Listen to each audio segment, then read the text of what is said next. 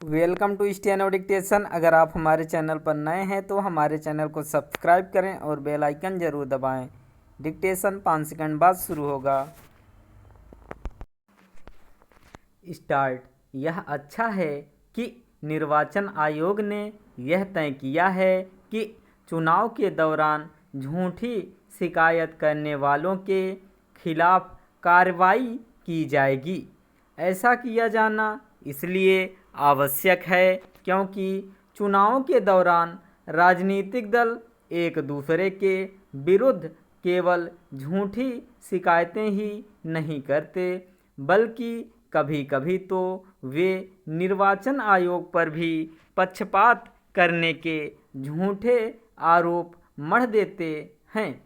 चूँकि यह सिलसिला बढ़ता चला जा रहा है, इसलिए इसे थामने के लिए निर्वाचन आयोग को सख्ती दिखानी ही होगी, लेकिन वह तभी प्रभावी सिद्ध हो सकेगा जब उसे अपने स्तर पर झूठी शिकायत करने वालों के खिलाफ कार्रवाई करने का अधिकार मिलेगा।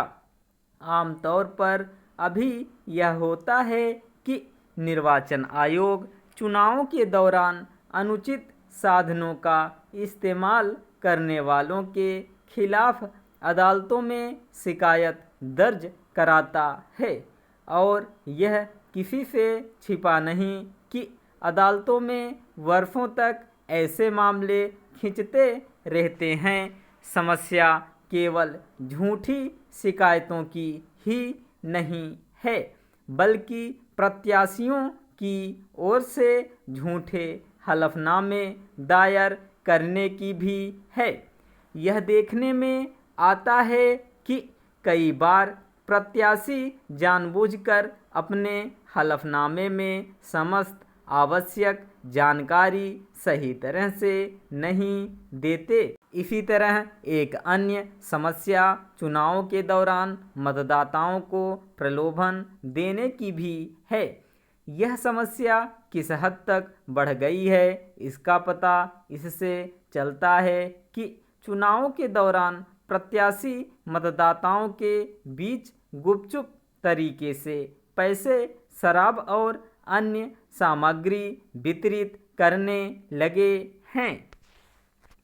यह ठीक है कि आदर्श आचार संहिता लागू होते ही चुनाव आयोग, पुलिस, आयकर विभाग एवं अन्य एजेंसियों को सक्रिय कर देता है, और ये एजेंसियां चुनाव के दौरान बांटे जाने वाले धन अथवा सामग्रियों की जब्ती करती रहती हैं। लेकिन कोई भी समझ सकता है कि वह सारा पैसा जब्त नहीं किया जाता होगा जो मतदाताओं को बांटने के लिए एक से दूसरे स्थान पर पहुंचाया जाता है। निर्वाचन आयोग के समक्ष समस्या केवल यही नहीं है कि मतदाताओं के बीच पैसे अथवा सामग्री बांटकर उनके वोट खरीदने की प्रवृत्ति बढ़ती चली जा रही है, बल्कि एक अन्य समस्या राजनीतिक दलों की ओर से किए जाने वाले अनाप शनाप चुनावी वादे भी हैं। विभिन्न राजनीतिक दल अपने घोषणा पत्रों में मुफ्त बिजली पानी के साथ अन्य अनेक सामग्री अथवा सुविधाएं देने के वादे करने लगे हैं। पहले यह समस्या मुख्यतः तमिलनाडु तक सीमित थी, लेकिन अब वह सारे देश में देखने को मिलती है। जब एक राजनीतिक दल लोक लुभावन वादे करता है तो दूसरे दल भी ऐसा करने के लिए विवश हो जाते हैं। इसी का नतीजा है कि रेवड़ी संस्कृति बढ़ती चली जा रही है।